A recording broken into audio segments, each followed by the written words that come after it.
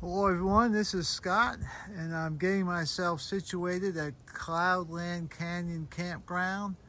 I pulled in, got myself set up, and now I'll talk about my setup. It's a little different this time. I'm not using my 28-foot random wire antenna.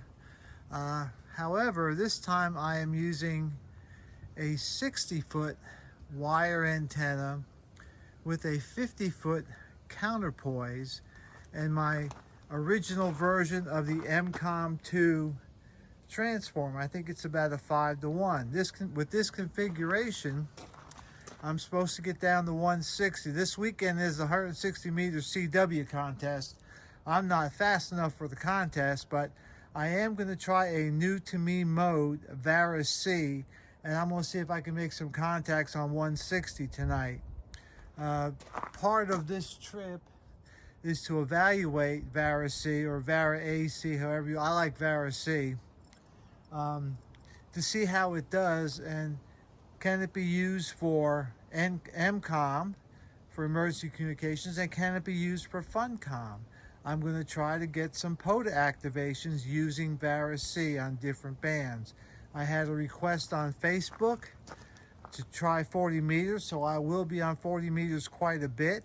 That's a good daytime band for MCOM and for POTA activation, so we shall see. The antenna is set up in a inverted V, and my 4 mast is bent all sorts of ways in the trees, but it starts there. I know you can't see it, and the antenna ends about probably 10 or 12 foot towards me from the lantern hook. I have it attached to the lantern hook with some bank cord and then going up that way, and we're going to see how it works. Like I said, this is supposed to be doable on 160. I'm going to try it. My 28.5-foot random wire, sometimes it does, sometimes it doesn't. The antenna really doesn't like 160, so I thought I'd give this configuration a whirl and see how we do. Set up in the shack. I have my desk back, and I'm using my ICOM 7300. This is Peter 1, or first Peter. This is my original 7300 I bought back in 2016. And I'm using my ThinkPad. I may try some CW, so I got my paddles out. And I'm going to do FT8, Varus C, and hopefully some CW. We'll just see how it goes. The weather conditions are interesting. Rain is in the forecast coming up here. I drove through a cloud. Could hardly see. I had to slow down. But anyhow, you know, when you do MCOM or FunCom, you shouldn't let the weather stop you. And so, you know, if this doesn't work for FunCom, it's definitely not going to work for MCOM. So we're going to give it a whirl. I'm going to eat some lunch, put a fleece sweater on, and then get ready to run some radio. I'm probably not going to be as hot and heavy as I have been in the past because I want to do some other things while I'm out this trip. But yeah, we're good to go. Looks like we're ready. So I'll report back later.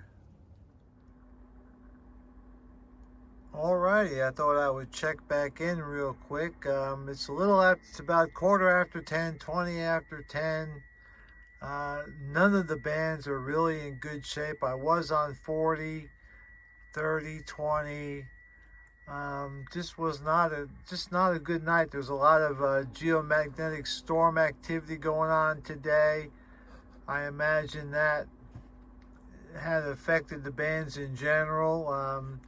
It's just a really odd day for bands. And thankfully I'm not really trying for numbers this time because it'd be tough. As you can see, I'm currently on 160 meters and I just made another contact on 160. I'm using my MCOM2 original antenna with a 60-foot antenna and a 50-foot counterpoise. That's per Chameleon's instructions. I have it set up as a kind of like an inverted L, but it's more like an inverted V with one leg straight up and down, if you can picture that.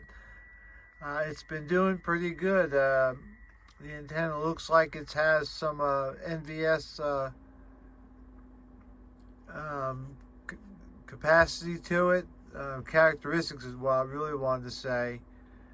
And it's been doing a good job. I worked some DX. I spent a lot of time on 40. I had a request today on Facebook to work 40, so I spent a lot of time on 40 today. I'll try it tomorrow. The only thing I can promise is I'll try to be on it when it's good, but if it's dead, I'm going somewhere else. As you can see, even 160, this is supposed to be a contest weekend, and I don't hear anything on the bands for the CW contest this weekend. It was earlier, but then it just kind of petered out. So I don't know. I don't know if those guys are having any luck or what. But when I first got on here on FT8, there was some CW activity intermixed in here, but now I'm just not hearing a whole lot of anything. So I'm going to turn this around, and so you can look at my pretty face for a while. So just alrighty, a little bit of me instead of just staring at that screen. You'll have to excuse me. The screen is that way, so I'm kind of doing both. But really, one of the things I wanted to accomplish coming out here was trying my MCOM antenna with the 60-foot new wire I got for it and see how it played on 160. And it's doing pretty well. I made 6 contacts on 160. And considering that the band conditions are not that good, it's pretty good. And some of it was kind of far away. I think I had one up in Virginia, one out in Kentucky. So I'm getting a good signal. I'm running between 25 and 35 watts. Running FT8. I did run some Varus C, but there's just not a lot of activity for me to really, test it. I did have one nice QSO with a guy for about 15-20 minutes, and it really works. I really like it. I'm evaluating it for MCOM, and the best way for me to evaluate it is to take it to the field. Everything always works well at home, right? Well, when you take it out to the field and you get to see what it really does, then you get a real feel for it using a field antenna. I don't like the term compromised antenna because my antenna is not compromised. It is working as it's intended to do, and it's actually doing it quite well.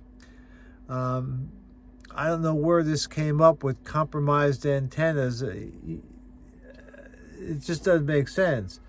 If you have a compromised antenna, throw it away and get you another one. I don't own a compromised antenna. None of my antennas are compromised. They all work as they are intended. So that being said, I'm going to call it early tonight. I usually work, kind of late, but again, my focus this time is, working 40 meters when I can and really giving a good evaluation of my antenna system and my software for an MCOM sort of thing. And of course, it's fun com. I'm having fun. And so I just wanted to check in, say hello, tell you everybody I'm still alive and well. The bands, excuse me, the bands are just not in good shape tonight. So that's it. I'll probably check in tomorrow. We'll see you. All right, everyone. It's about 10 minutes to 11 in the morning, and I've been working a little Varus C and a lot of FT8. I'm currently on 40 meters, and you can see the band is not that good. I'm taking a little break. I've got about 190 contacts. Of those, almost 80 are on 40 meters. So for all those who ask for 40 meters, I'm giving it to you. It's just that the band is not cooperating very well. I did want to show you the map. This is the VARA map that I did over the last 24 hours. And I did make a contact in England, but my primary, we'll say, research into VARA was the local stuff, and it does a really good job. I've been really impressed with it. And so that is my VARA map locally, and especially on 40 meters, it does really well. And if there were more people listening, there would be more closer in. Let's see. I think that one green one. Let's see. Hang on a second. Well, I got them on 160. I got them on a couple different places. So now I'm going to switch over to FT8 and show you what that looks like. That was my FT8 over the same time period, and that's pretty wild. And so, of course, I've been on FT8 a lot more, and FT8 is a more popular mode than VARA is.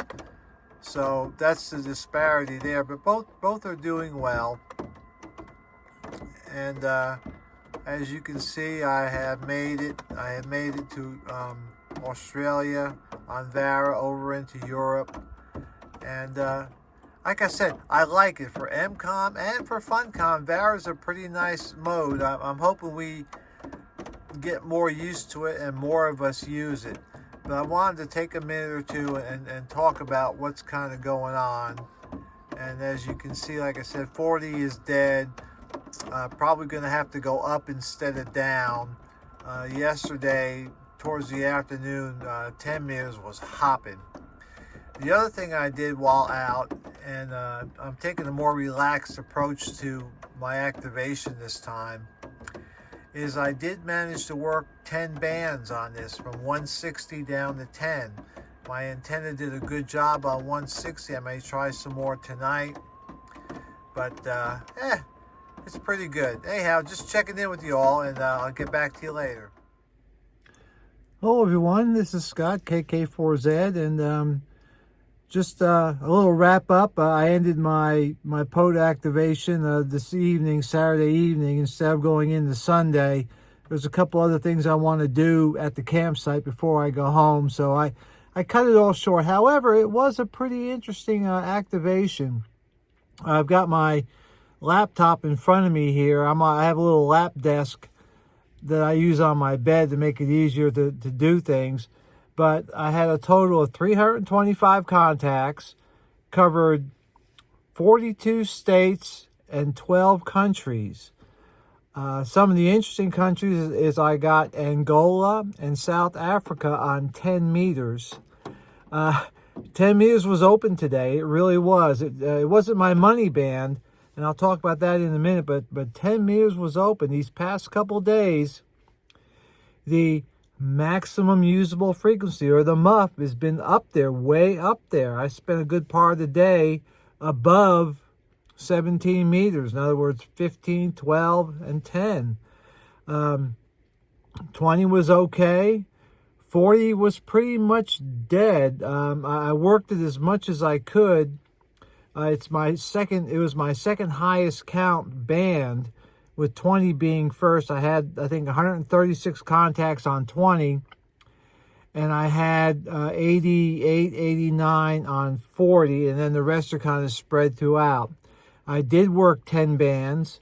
I did work from 160 down to 10. My antenna that I used this time, my MCOM 2, and it's the original version, or version 1, with a 60-foot antenna and a 50-foot counterpoise, worked really well on 160. I think I got about half a dozen contacts on 160, and it wasn't hard. So that worked out well. I'm going to have to bring that antenna to the field a little more often. I do like working 160. It's kind of a thrill. But bands were not that good. 17 was dead most of the day. I only have a couple of contacts on it. 15 was a little bit better. 12 was better than either one of those. but 30 was kind of dead. I got a couple contacts on 60, a couple on 80. It's just not that good. I know we've got a lot of solar activity going on. In fact, driving up here, I was getting all sorts of alert emails about, fluxes and geomagnetic storms, going into the moderate range, and it showed this weekend. But still had a lot of fun. My money bands, of course, were 20 and 40, and looking at my statistics, when I go into the POTA app, I make most of my contacts on 40, 30, 20, and 17.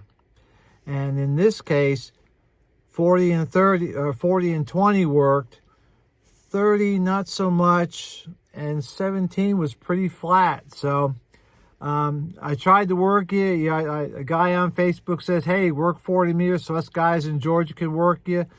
I did as much as I could throughout the day. I would dip down into 40, and if there was any activity, I would work it. But a lot of times I would go down there, and there was nothing. Zip, zero, nada. That just happens sometimes, and maybe next time we'll do a little better. I'm probably going to put digital down after this. For this particular activation, I wanted to play with VARA-C or VARA-AC or VARAC or whatever you want to call it. And I did a little bit. There's not a lot of activity on it, but I did do some beaconing. I did use PSK Reporter, and I copied a couple of my, my maps and stuff. And my primary interest in that is for EMCOM, Emergency Communications. And I think it's a really good app. One thing I really like about it is it uses the same VARA modem as WinLink. So if you've set your computer up and your radio up for WinLink, then you're already set up for VARA Chat. I like to call it VARA-C or VARA Chat. You're already set up for it. It's all it's all configured for you, ready to go. It does do a really good job making local contacts. Like I said, I only made a couple of QSOs, but on PSK Reporting, I was seeing who could hear me. And a lot of it was kind of like local, like within the southeast area, southeast region. And for EMCOM, that's probably what we want, is to be able to more like locally contact.